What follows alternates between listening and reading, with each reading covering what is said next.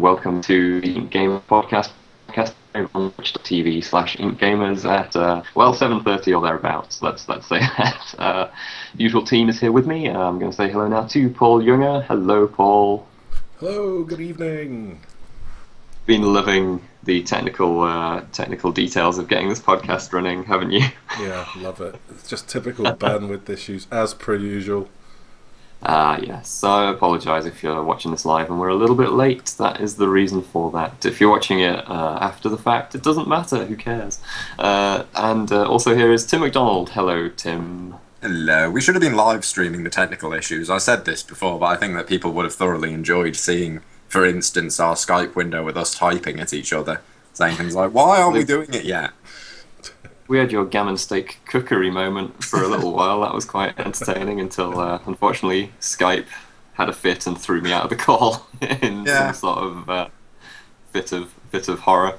Anyway, I haven't introduced myself. I'm Peter Parrish, and this is the gaming news this week. It's been kind of dominated by EA, hasn't it? Let's be honest. You know what? I'm going to take a quick poll. Tim, how would you say the name of the man who has just resigned as CEO of EA? Dave. Just curious. Steve. Dave. No, he's not called Dave. You mean Riccitiello? John Richard. You're going for Riccitiello, okay? Riccitiello. We'll try that. Paul, do you agree with that? No, I'd go with spaghetti. Spaghetti. It's the best I can do. Tim's gone for the... See, I thought it was Riccitiello, but you're going for the sort of Riccitiello, maybe. Anyway, him. Don't know. It's unfortunate that he's been CEO for about 5 years, and I still don't actually know how to pronounce his surname. I apologise. I genuinely don't really know how to say it.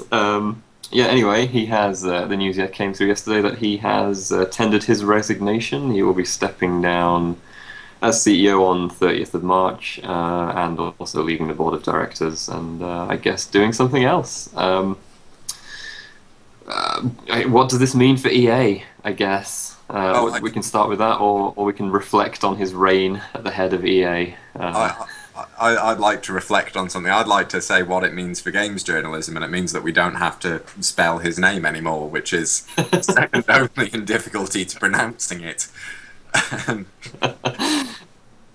I think I actually got quite good at doing it before. It's a shame we're not doing the quiz format anymore. Or you could have had a question where you asked one of us to actually spell his name.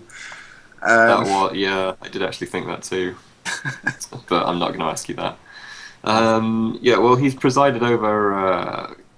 Basically, he's said in his resignation letter the reason he's leaving is because the financial situation of the company is not what he had hoped. Between like 2008 and 2012, they have generally made quite a large loss at EA. They made a small profit last year of like 70-some million. Possibly not going to do so again this year. So despite the fact that constantly we hear that EA are bringing in microtransactions and trying to squeeze every last drop of money out of people, this doesn't seem to be enough to turn a profit for them. I'm kind of curious where the money disappears to. I guess games development, one would assume. Advertising budgets. Yeah, obviously marketing is going to be a big one. But yeah, Paul, are you sad to see John Riccitiello leave? Are you pleased? Are you completely indifferent? Indifferent. In with one, in with the next. Then we'll see what happens. You think the next person may well just continue in a very similar vein? Well, it's gone. Let's face it, it's gone from loss to profit. I think is what you said.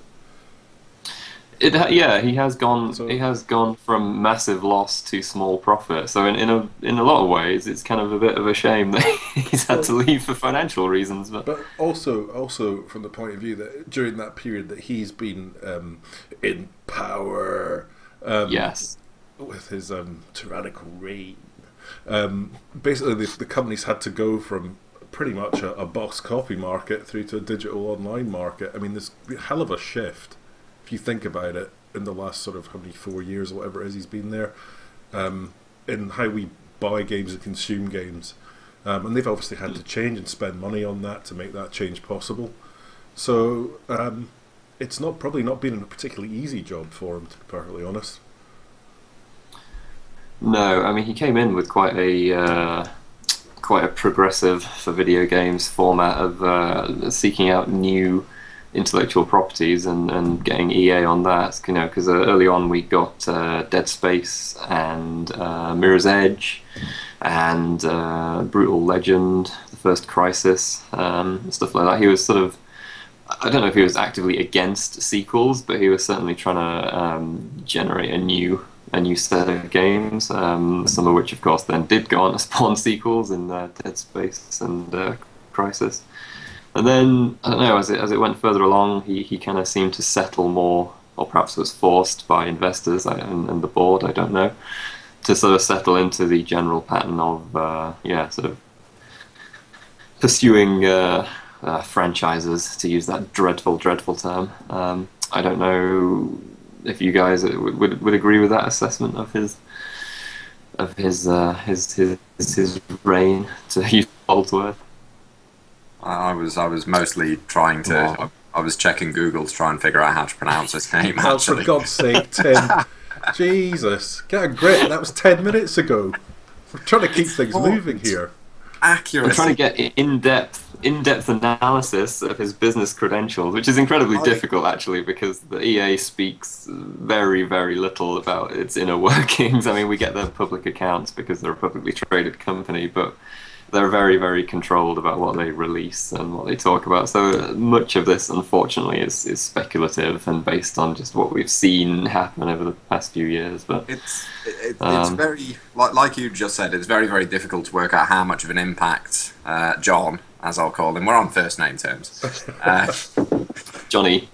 It's hard to tell how much of an impact he actually had, because, as you rightly said, we don't know how EA's kind of internal machine actually works. I do think you're right with the points you made, in that his early reign was fairly positive with all of the titles that he was trying to push. He was trying to push a degree of innovation and kind of move away from just sort of annualized sequels and so on. Unfortunately, a lot of them didn't quite sell.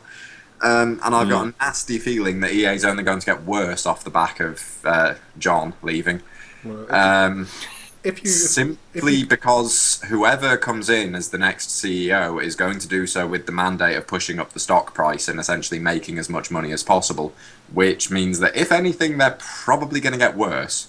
If you think about it, if you look at all the things that they've tried, all the different franchises that have come out, you compare them to Activision, for example, who have sort of maybe 2 or 3 core franchises that just sell shitloads of games, whereas EA have a larger portfolio overall. But it's like Tim says, it's almost like you've picked a duffer. You've picked lots of popular. They're all popular franchises, but they're not massively huge. Yeah.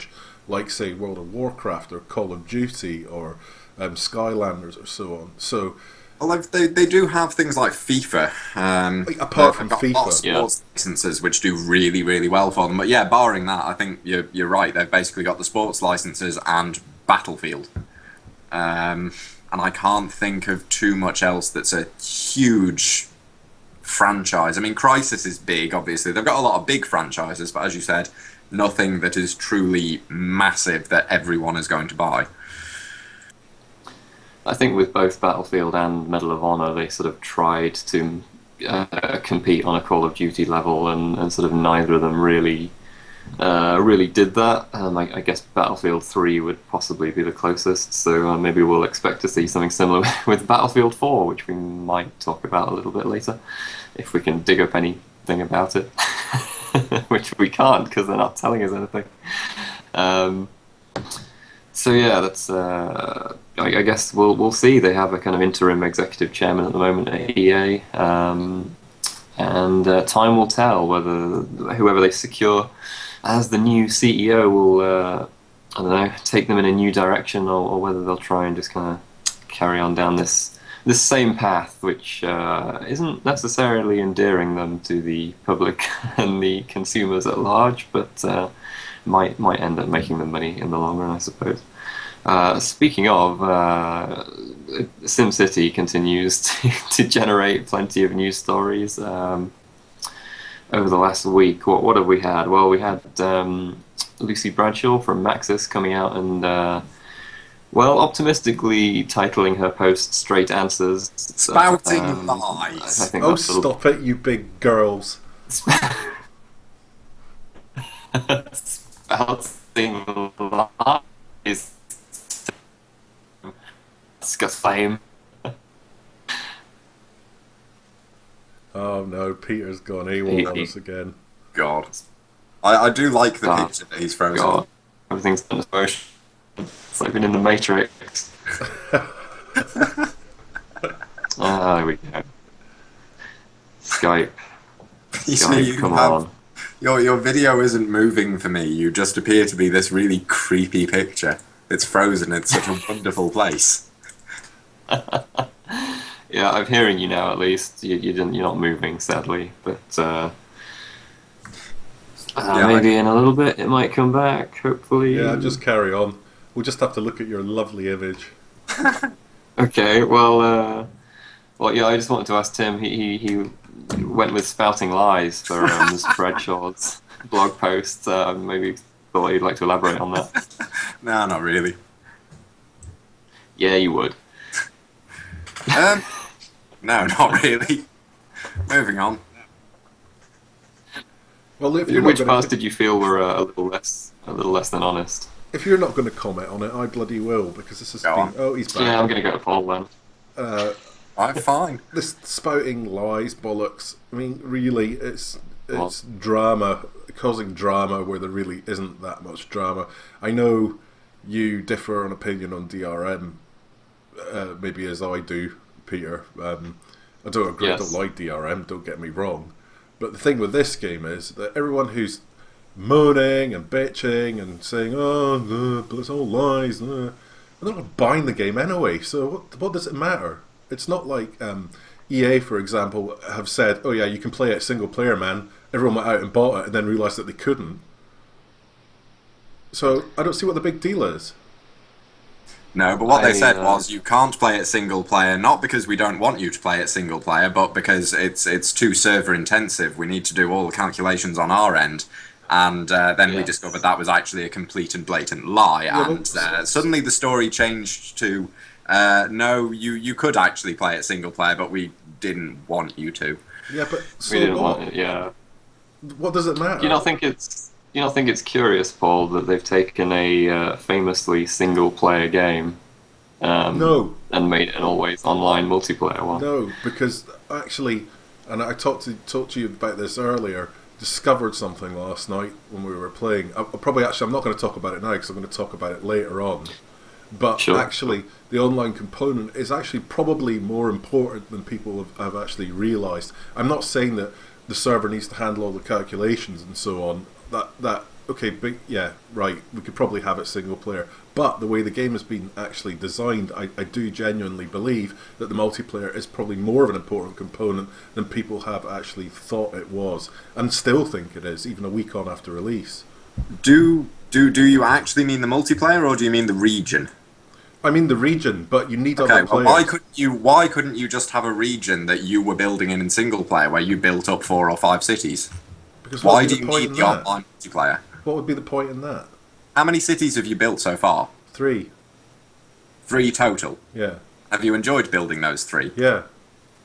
And you're enjoying the region interplay between those 3 cities that you have built? No, I'm not. I'm enjoying the region interplay with trying to screw you over, Tim, and not by your power. I think the point is a lot of people would enjoy the region interplay where they're just building the cities, and we now know that would be very possible, and I don't see how that would be in any way different from their amazing vision of multiplayer stuff. I think this is still really early days, and I think there's going to be more to come on this, and I'm not saying they'll charge it for DLC, because they will charge for DLC, but I think there's a foundation there for something that's a little bit more interesting, and we just maybe don't know the whole picture.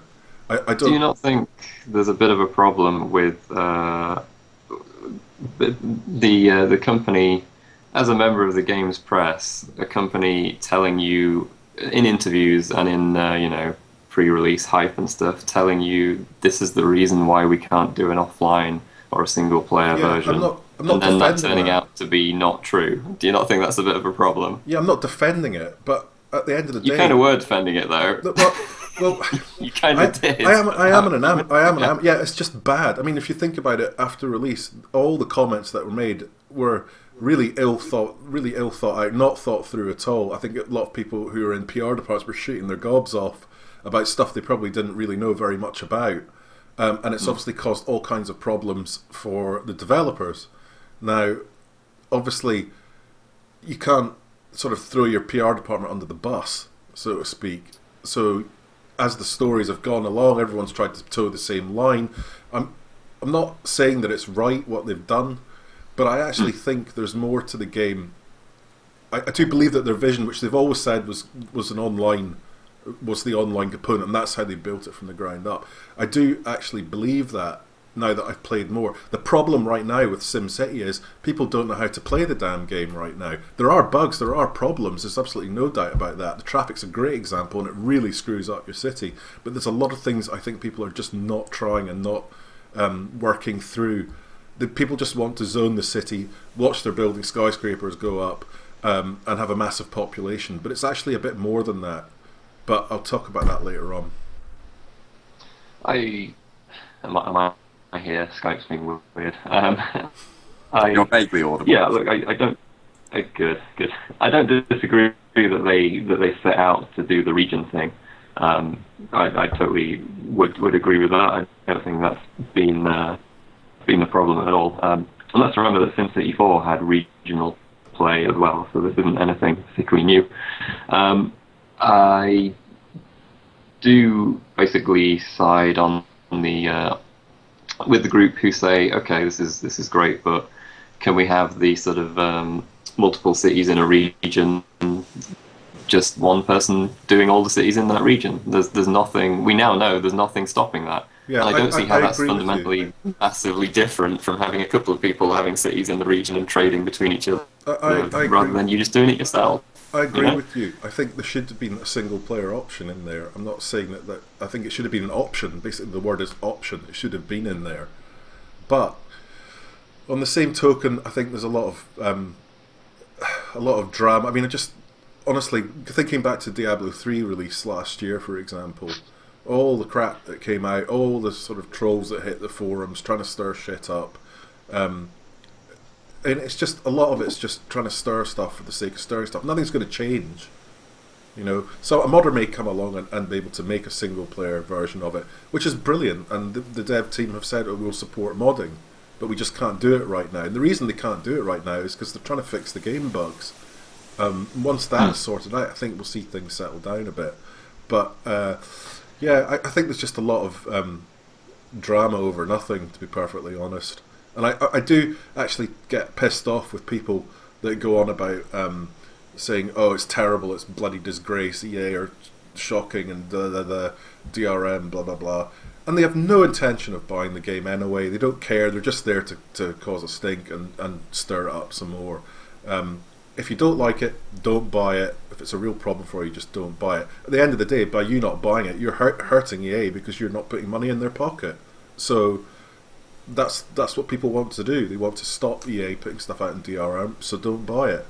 But if you don't give it a toss, then you can't make people do things. I have no data on the statistics of people who are commenting on it who don't actually own the game, but I think some of those are probably concerned about the wider possibility of stuff like this happening again. I think our role as the press is to hold companies accountable when they actively mislead us for the months preceding release, which is what has happened here. I don't know. Actually, that's what happened. I'm not they sure pulled the wool over everyone's eyes. I don't necessarily agree with that they're misleading us. I don't see how they've misled anyone, because they've told everyone it was online only. It's not really misleading people. By saying that the reason it was online only was because it required server computations, which it actively did not, as has been proved by modders. It's been proved even from inside the company. There's been inside sources now saying, actually, yes, Yes, it does. Why Unless does it? you I don't care understand why about it companies does. lying to you, which as a journalist you really should. Yeah, I know. I'm not saying that it's a good thing that they've lied to us, but I actually do think there's genuinely been a right cock up in communications, and I do think a lot of them, people at EA in different departments, maybe have closed ranks and said, okay, well, this is the line we got to take with it. Yeah, that's a screw up, big time. Why do you think they chose to take that line rather than just saying what the truth was? Because maybe they were just hoping that people would accept it, but people don't. They don't. That's true, and they shouldn't. I'm glad that they haven't. Yeah, no. They should carry on. I like the drama. Yeah, they do. Yeah, people. The thing is, people do like the drama, and that's at the end of the day. And actually, if you look, I'm going to cite Diablo 3 again. Effectively, you know, people moaned and complained about that, said I'm not buying it, whatever. You know, 4 million sales later, a couple of weeks or a few weeks after launch. I mean, you can't argue with those figures. People did complain. They weren't happy about it. It was online only. It could have been a single player game. They still went and bought it because they realised that the company wasn't going to change their stance on it. So I don't think those people. I think a lot of those people are outside of the little kind of gaming bubble that we have here. I think a lot of those are kind of mainstream sales that probably don't really care or maybe even know much about DRM and always online and stuff like that. And it's problematic because it's very difficult to reach those people and say, if you don't agree with this, don't buy it, because they don't really have the whole context of the issues at hand. Yeah. I mean, you're right, a lot of people did buy it and a lot of people have bought SimCity as well. I do agree with you there, and I think the nature of SimCity itself is going to appeal to a more casual audience. So, well, it's a big name, you know. It's a big, well-known. Even my parents had heard of SimCity when I was telling them about this stuff earlier in the week. So.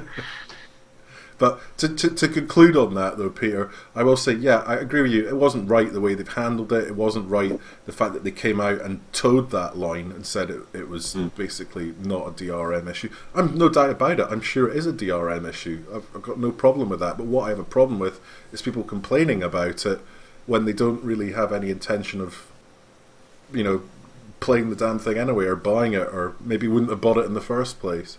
It's just a lot of people just jump on the bandwagon. It's sure. I don't think EA are going to change their line. I mean, they've sold 1.1 million copies of the game in the last week and a half or whatever it is, which is probably less than I actually thought it would have sold. So maybe it has had an impact.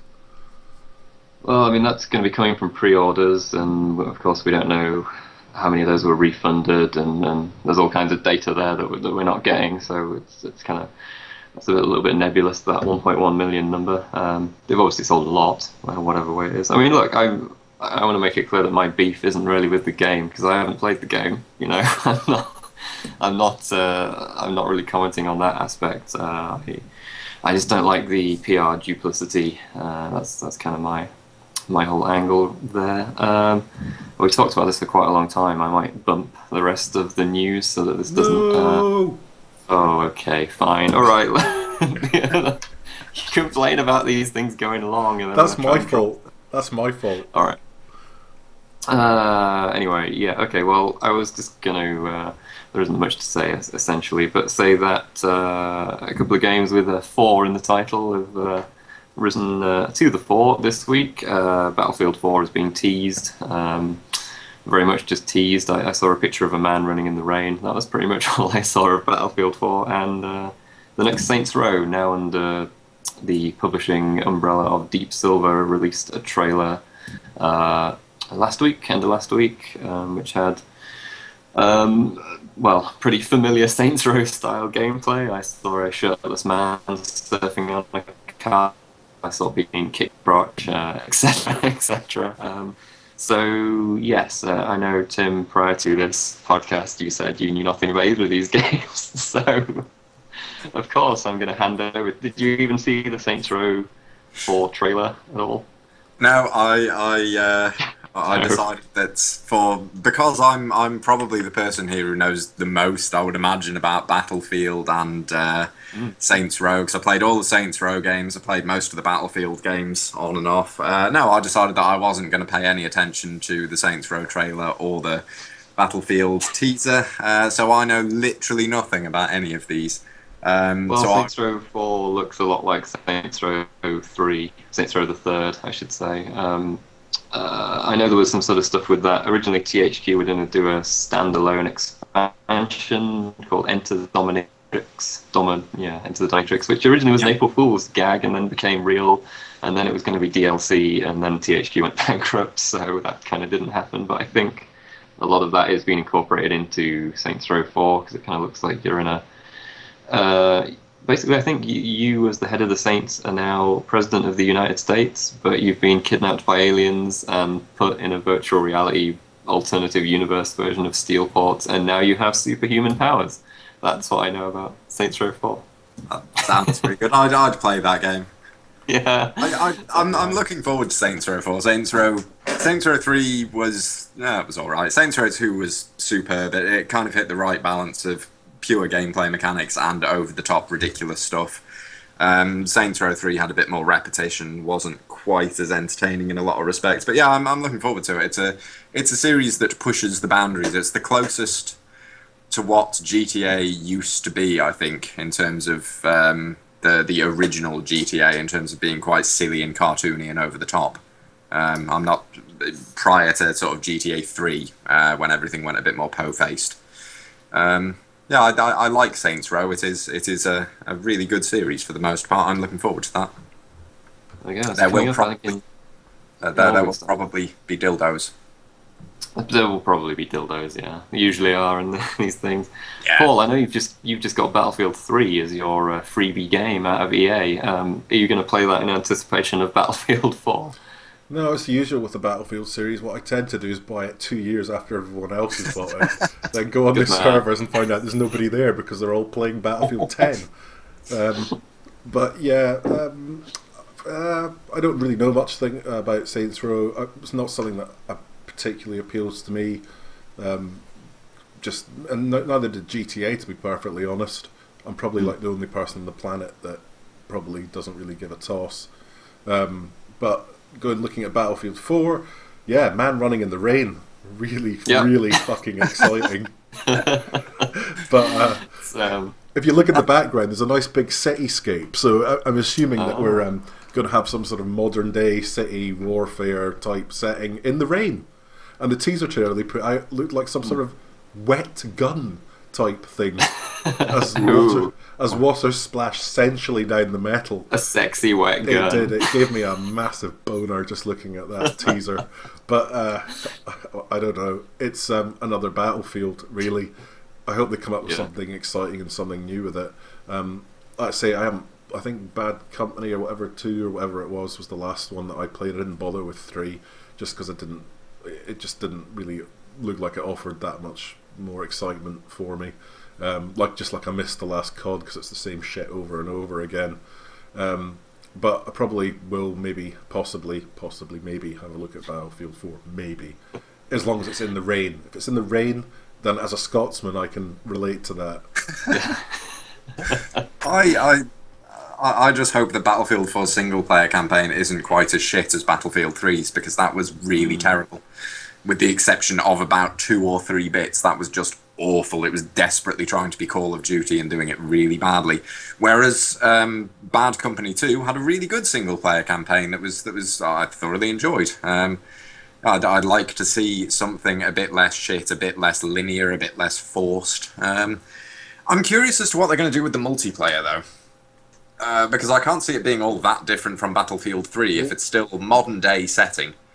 It's still presumably going to be the same sort of vehicles and weapons and locations and so on. So what I think they'll do is it'll basically be you'll all have a game client, and there'll be like a server, and then you all connect to it, and then you all shoot each other, and it'll be really exciting. For a moment there, I actually thought you were going in a different direction with that than you actually did. Use like an old bean tin with a bit of string. No, it's going to be always online, even for the single-player campaign. Well, that's the thing. Didn't Battlefield 3 kind of do that anyway? I mean, I can't remember. It had a weird client, didn't it? Yeah, I didn't play it on PC. I played it on 360. Although I will probably end up grabbing it from Origin as my free SimCity game as well, so I can shoot Paul. But yeah, I seem to remember that it had a weird. It worked through your browser, insofar as you kind of connected to Battlelog through your browser, and if you wanted to play multiplayer, you used your internet browser as the server browser, and you clicked on which server you wanted to play, and it booted up the game then. Oh, no, the game itself didn't have a main menu or anything. Don't say things like that, because after booting up Warface last week, that just gave me a fear. Yeah, indeed. Well, all this server talk is very fascinating, but I'm going to move us on in the direction of games that we have played this week. Paul, you're itching to talk about SimCity. The SimCity review is finally up on the site. You've put a lot of hours into it. That much is plain to see. I enjoyed your SimCity review very much, Paul. I thought it was good. Tell us about SimCity. Probably the hardest game I've had to review for a long time. I was speaking to Tim yesterday. He was like, "Thank God I didn't have to do it," and I kind of agree. I wish I hadn't put my hand up for this one, but I have. I do really like the series. And I thought it was worth a shot. It's been like a massive learning experience and a complete roller coaster ride for the last week and a half. I mean, the review was going to go up on last Thursday, I think we had it originally scheduled in for. Yeah, thereabouts. And then I pulled a, "Oh no, I'm not ready." And then maybe Friday, "Oh no, I'm not ready." Because as I've been going along, I've been discovering new things all the time with it. And basically, it's been a case of trial and error to get things to work. There are things with the game that are fundamentally broken and just not right. There's no doubt, and I think the traffic pathing is probably the biggest issue right now, because that is actually how you move your people around the city so that jobs get filled and so on, and there's enough shoppers and so on. But I think, and this goes back to what I was saying earlier on, I think the people have attacked this game very much like original SimCity. In other words, put your city down, zone your areas up, watch your city grow, and not paid enough attention to what's going on with the resources in the game. Now, we did an experiment last night. I know Ellie did this last night, and we basically got a city up and running in probably we taken a city that we already had and decided that, okay, we're going to start small. We're going to focus completely on industry. We're not going to really bother too much about the people. We'll have enough to get the jobs filled and so on. I think the population is sitting around only 40,000. Basically, by focusing solely on industry, within about an hour and a half, we had 800,000 simoleons. And we had a loss of about 4,000 from the taxes. So even though we were running it, the city was running it as a loss as far as the taxes coming in from the population was concerned, we're absolutely raking it in for the trading. Now, this again goes to looking at the fact that basically you can play this game in multiple ways. You can go for your big skyscraper city type thing. You can take an industrial. You can have a bit of a mix. But there is a problem with going, as far as I'm concerned, with going just the route of having just your standard sort of normal city where it's commercial, industry, and so on, in a normal sort of block grid type setup. You tend to hit a brick wall pretty quickly, and when you start trying to go up the tech tree with things like universities and so on. I know I talked to Tim about this yesterday. They really suck your money, and if you haven't got anything else to support that, whether it be through trading or getting money in that way outside of just your normal taxes, there's just no way. It's just really, well, there is a way, but it's just really hard, and it'll take you a lot longer. So this goes back to what I was saying about the multiplayer aspect of the game, and where I think this comes into play, and I don't think enough people have been looking at it, is what you're doing with your resources, what you're doing with other people in the region, how you can bring more money in. Because bearing in mind that every zone inside the region doesn't have all the resources. So if somebody wants to get into plastics or electronics or so on, they may not necessarily have the petroleum to do it. They may have some of them, but not all of them. And this is where each zone starts feeding off each other financially. In which case, when you have all that money, you get 800k, what do you do with it? Well, this goes back to what I was saying in the review, that the zones are too small. You just can't basically do everything that you would like to do in a particular city. So you have to end up splitting that out into multiple cities. And that kind of is a little bit, it's kind of annoying, because when you're trying to play one thing, you don't want to have to leave that when it's doing okay and then go off and play your other city, and it just becomes a bit of a frustration. I think that was a mistake. I think the 2 kilometre square, whatever it is that they give you, is just not enough. The traffic, going back to the traffic issue, it is being fixed. I think I put it in the review. There is a video of the problem, comparison of what's wrong with it now and what they plan to do with it. Yeah. And I actually watched a really good video last night of some guy, some StarCraft pro caster dude, that had basically gone into SimCity, and he'd decided that he was going to design a city where, working on the current traffic problems, make it actually function. And he managed to get a population of about 500,000 people, with having no public transport at all whatsoever. And what he did was he basically zoned it up into a certain way that people who are commuting to work would only take the shortest route. And by taking the shortest route, it wouldn't clog the other roads. So he had a band right across the middle where it had essential emergency services like ambulance and police could basically get across the map to the places they needed to get to without getting interfered by all the traffic of people trying to go to work. So this is what I was saying in the review, the game starts to play you, because there are problems with it. You have to then try and figure out through trial and error of ways to get things to actually function as it probably would do in the real world. So I think in about 2 months' time, I think a lot of these problems will be gone, and I think we'll have a pretty cracking title on our hands. It's just not ready. There's just things that are wrong with it that make the game fundamentally broken and harder to play. I mean, everyone likes a challenge, but I think I said in the review, you feel like you want to punch it in the face, because that's kind of how I felt after some days. Some days I'd be doing great, I'd switch the thing back on again, and I'd go, oh no, there's something that's not functioning correctly. I'd have to bulldoze half the stuff to try and get my roads and stuff working properly, and I'd end up worse off than when I started. So I think there's work to be done, but I think people have to start looking at the game in a more, looking at the region more and looking at how they're interacting with other players, or even with their own cities. I think you can't, it's all about your specialisation, what you specialise in. You will make good money if you get that right, and if you take that approach right from the start, then I think you're in a pretty good position to do really well at this. You can't argue at making 800,000 in an hour and a half of play and still making a loss and only have a population of like 40,000. So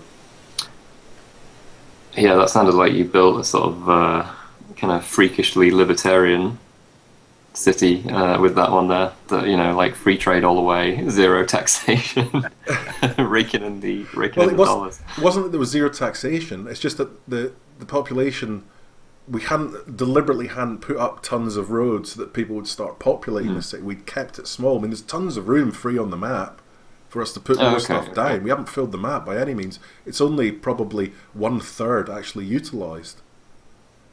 So there's loads of room to carry on expanding, but we just wanted to see how the industry, if we could actually do it without having to have a massive population and worry about buildings going derelict and all the other stuff that just takes you away from when you're struggling with money. So it was an interesting experiment. It did work. And I think people should maybe try and approach the game a little bit differently. And I think actually we had some correspondence from EA today basically saying that is what the developers think is happening too, that is a problem that people aren't really totally utilising everything that's been designed in the game and using it properly. Okay. Sorry, can I? No, you've been playing it too, Tim. Go on. I have. I was just going to say what you've been saying there kind of reminds me a little bit of SimCity Societies, which was an earlier SimCity title that was kind of a spin-off, and that kind of focused more on the different, I can't remember what it was, society values or something like that, and that sort of changed the appearance of your city. You could make like a really creative city, or you could focus on one that's sort of totalitarianism and authoritarianism, in which case it was all very black and bleak and sort of huge police stations towering over the populace and things like that. And that game didn't really work on release. It just it was broken and easy and there.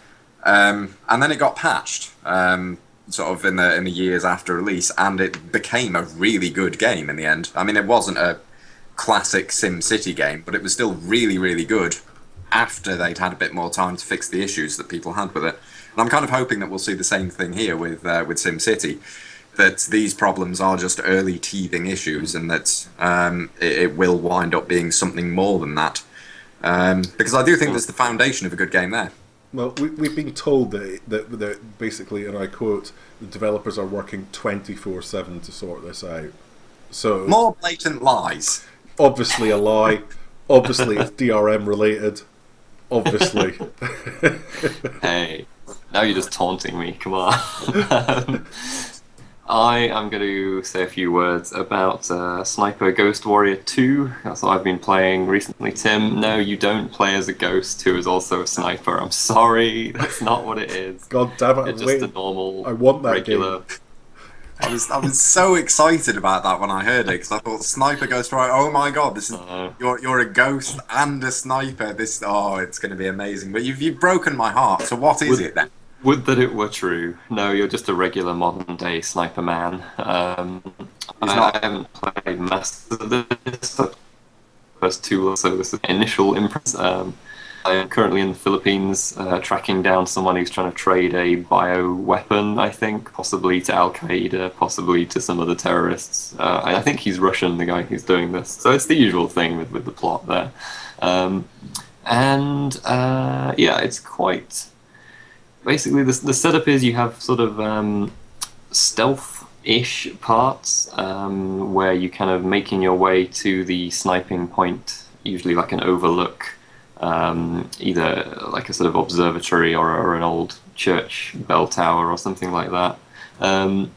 And so in those parts, you're trying to like pick your way past groups of guards, either by sneaking or by shooting them in the head and not alerting them all. If you do alert them all, then you have to start trying to shoot your way out, and you're a little bit flimsy and fragile, so that doesn't work terribly well. And then the other parts are the sniping bits, where you're kind of in a fixed position, and basically you have a kind of a spotter or some sort of comms person who's then picking out targets for you. They essentially go like, oh, that guy has wandered off on the dock, you should shoot him now. And oh, we shoot out the lights now before people arrive. And it's okay. I'm hoping, what I'm hoping for is that after these initial levels, it's going to stop holding my hand so much, and it's going to be, I'm going to get into situations where it's up to me whether I decide, oh, now it's probably a good idea to shoot out this light. It's probably a good idea to shoot this guy now because he's wandered off. Right now, it's very kind of guided as like, now you must shoot him, now you must shoot him, now you must shoot him, which is fine up to a point. I mean, the sniping mechanics are fine.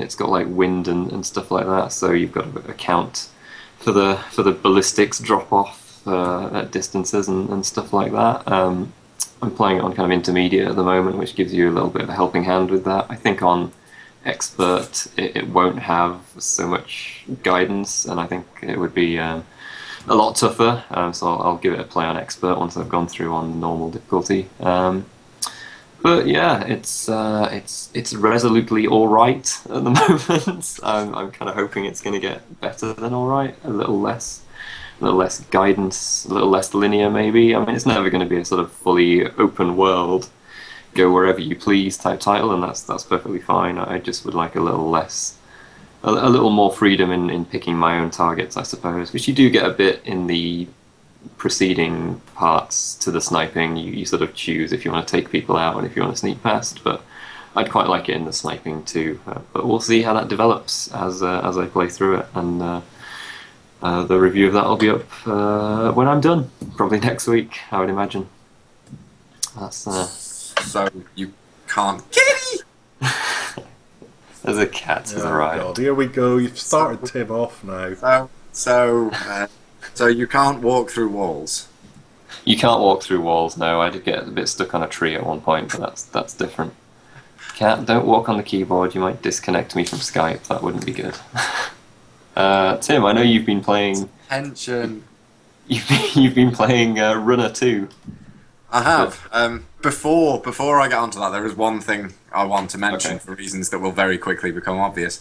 I did also pick up a piece of DLC. I picked up the DMC DLC, Virgil's Downfall. Hey. I really did just want to mention that just so I could say DMC DLC.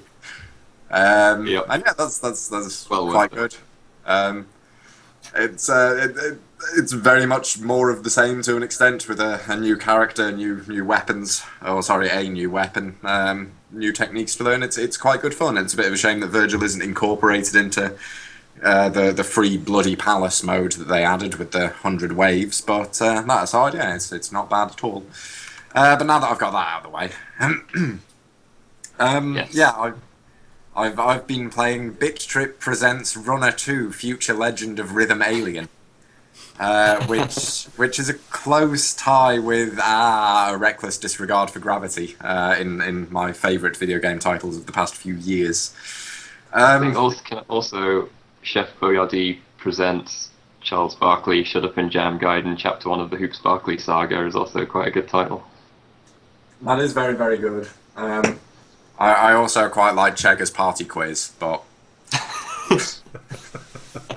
So does it live up to the title? And the title is outstanding, but does it live up to it? It does. And I'm just going to call it Bit.Trip Runner 2 from here on, because the original game was in fact just called Bit.Trip Runner. Yeah, it's very, very good. It's an auto runner, essentially. If you haven't played the first game, it's very similar to things like Temple Run or Cannibalt, or any of the other myriad auto runners that have come along, where essentially your character is continually moving, and it's your job essentially to push buttons to make them dodge out of the way of obstacles, or smash through them, or what have you. And that's basically everything you do. You play as Commander Video, who goes through a series of brightly coloured worlds, and has to jump over enemies and duck under obstacles and bounce on springs and so on and so forth. And yeah, that's pretty much it. Your entire input is pushing buttons at the right time.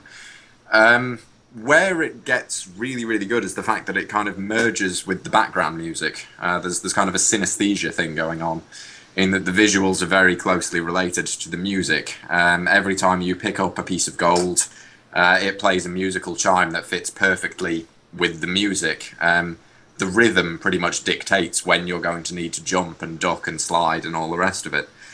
And in that sense, it just works beautifully. Everything just flows together really well. The levels are incredibly well designed.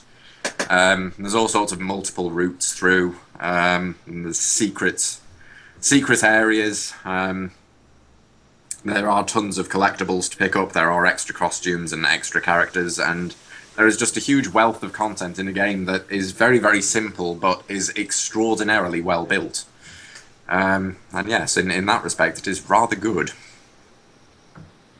Marvellous. Well, the review just went up today, in fact, or yesterday if you're watching this on Wednesday, or 2 days ago if you're etc, etc. But Tim, tell me about the dance button, Tim. Yes, that's exactly what I just remembered. We mentioned this before the podcast. There is a dance button. We did. And frankly, you yourself were saying that you were intrigued by the possibilities heralded by a dance button. And I would like to see more games with a dance button. I would like to see a game. I would have liked to have seen a dance button in Dishonored. I think that a power that made the enemy guards dance or something, that would have been interesting. Yeah, the dance button is kind of one of the things that ties it together. And I do say this in the review, so I'll quickly go over it now. Insofar as it doesn't do anything useful, it basically locks your character into a dancing animation for a moment, which you can't cancel out of. What it does is give you bonus points, and it pretty much lasts for a beat of the background rhythm. And so you need to push this anytime you're not doing anything more important, like dodging out of the way or something, if you want to compete on the leaderboards. But if you push it, you better be damn certain you have enough time for the animation to finish before you next need to dodge an obstacle. And it just works really, really well, because again, everything ties into the rhythm. That's kind of the central thing of it. The background music dictates everything. And it's very, very timing based in that sense as well. You can kind of feel with the beats of the music, when you can dance, when you can jump, when you can slide. It's not based so much on purely the visual aspect of, okay, I jump this high, so I need to jump when I'm this close to the obstacle or whatever. It's just very precise in terms of that. And yeah, the dance button is wonderful for score chasers in terms of trying to perfect a level. I would imagine that you would be pressing a button pretty much constantly right the way through and trying to time things perfectly. The instant you land, you push dance. The instant the animation finishes, you push jump. And I am nowhere near mastering that, and I probably never will be. But I'm going to have to go on YouTube and look to see if anyone's actually managed to completely do a level like this. Judging by some of the scores on the leaderboards, they probably have, as they're sort of about 600,000 above my meagre efforts. All right. If it sounds intriguing, I would recommend giving it a go. Certainly, it's very, very good for what it is. All right, awesome. Yeah, you can read more about that on the site, and as mentioned, the SimCity review as well. Well, it leaves me to say, go to Facebook, facebook.com/IncGamers, give us a like. We're trying to, we're rounding on 600 people who like us on Facebook, so we're trying to smash through that 600 barrier and onwards to 1,000 and beyond. So do that, and you can, of course, follow us on Twitter as well. I'm going to invite Paul to say anything he needs to say here. Does he not? No, he's just shaking his head. Well, maybe. Well, now yes. Coming up, I guess. What is coming up? Well, I think we're going to go and have a look at Warface, I think, this week. We are going to have a look at Warface if we can figure out the strange browser-based system that it utilises to play it. Obviously, Sniper Ghost Warrior 2 review will be coming up. We're trying to get hold of Bioshock Infinite, but PR is being extraordinarily unhelpful on that front, so who knows if we'll get away with that one. It'll probably pop up eventually. Maybe I think that is incoming, actually. I'm trying to think. We're still waiting for our Age of Wonder stuff. That looking for an interview coming back on that, yes. So that may pop up. And same for our World of Warplanes, obviously after the last patch. So there's a few things still to come in, but obviously Bioshock Infinite's the big one next week.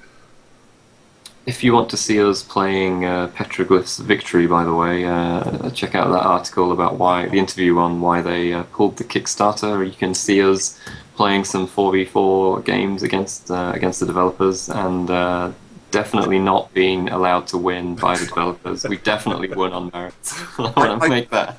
I actually feel sad that we haven't had a chance to talk about Victory this week, because I really liked it a lot more than I was expecting to. Well, the big problem with it was, and I think we can probably all agree on this, there just wasn't enough units in it to show off how the strategic gameplay and what they were aiming for. I think maybe if they'd added another 3 different unit types in, perhaps it may have been a little bit different, the turnout for the Kickstarter. But, hey, that's the way it goes.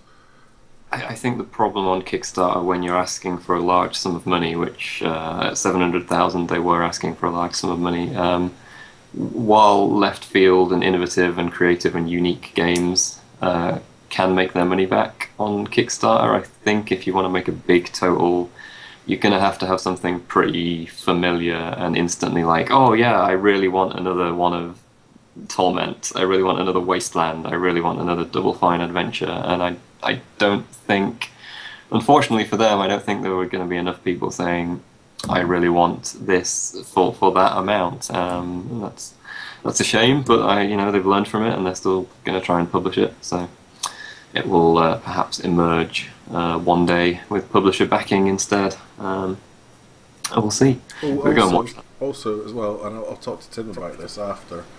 I'm looking at doing a piece on SimCity and the sort of pitfalls and so on that people are falling into, and some tips and of stuff that we've done. So it's just an idea I thought this afternoon after our big discovery last night of how to do certain things. So watch out for that, because we're trying to keep on top of the SimCity stuff as much as we can, because I think there's going to be a lot of movement on that in the next couple of weeks as far as updates and stuff concerned for the game that will maybe fix everything. Hurrah!